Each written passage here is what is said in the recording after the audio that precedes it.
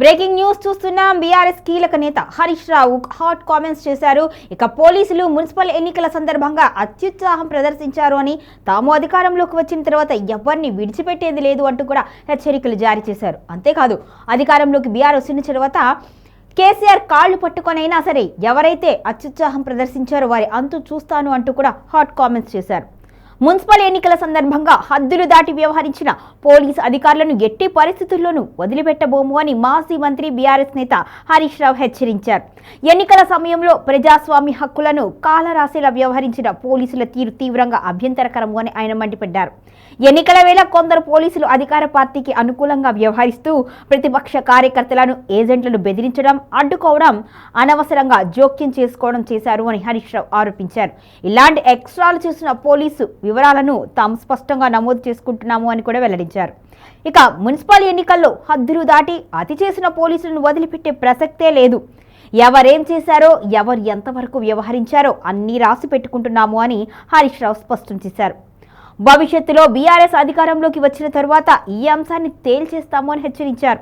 ఈసారి మళ్లీ అధికారంలోకి వచ్చాక అవసరమైతే కేసీఆర్ గారి కాళ్లు మొక్కేనా సరే అతి చేసిన పోలీసుల సంగతి అంతు చూసేదాకా విడిచిపెట్టేది లేదు అంటూ హరీష్ రావు తీవ్ర వ్యాఖ్యలు చేశారు.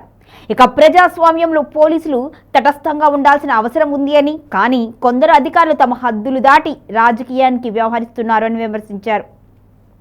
ఇలాంటి చర్యలు ప్రజాస్వామ్యానికి ప్రమాదకరము అని అన్నారు.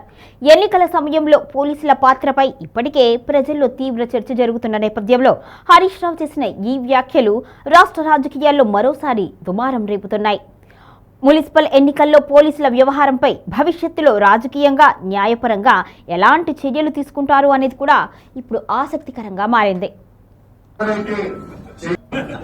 కానీ ఇప్పుడు వాళ్ళే నేర్పించారు కదా, అంతా డబుల్ చేసి చూపిస్తారు. ఎవరెవరైతే చెయ్యి దాటిందో, ఎవరెవరైతే ఎక్స్ట్రాలు చేసిండో ఆ పోలీస్ అధికారులు, తప్పు చేసి చట్టాన్ని అతిక్రమించిన పోలీస్ అధికారులు తగిన మూల్యం చెల్లించుకోక తప్పదు. అన్ని నోట్ చేసి పెట్టున్నాం. ఎవరెవరు అతి చేసిండో అన్ని డైరీలో నోట్ చేస్తున్నాం. ఈసారి మేము కేసీఆర్ గారి కాళ్ళు మొక్కైనా సరే అతి చేసిన పోలీసుల సంగతి అంతు చూసేదాకా ఎవరు నిలిచిపెట్టే ప్రశ్నే లేదు. ఎందుకంటే మాకు కూడా ఒక హద్దు ఉంటుంది. ఇలా మా తమ్ముడు బాలకాసుమాన్ని ఆదిలాబాద్ జైల్లో పెట్టింది, నలుగురిని క్యాకన్పల్లిలను అరెస్ట్ చేసి ఆదిలాబాద్ జైల్లో పెట్టింది, మెదక్ లో 13 మందిని అరెస్ట్ చేసుకుపోయి సంగారెడ్డి జైల్లో పెట్టింది, ఆమన్గల్లో మా తమ్ముళ్ళని తీసుకుపోయి అరెస్ట్ చేసి మహబూబ్ నగర్ జైల్లో పెట్టిండ్రు. కానీ ఇప్పుడు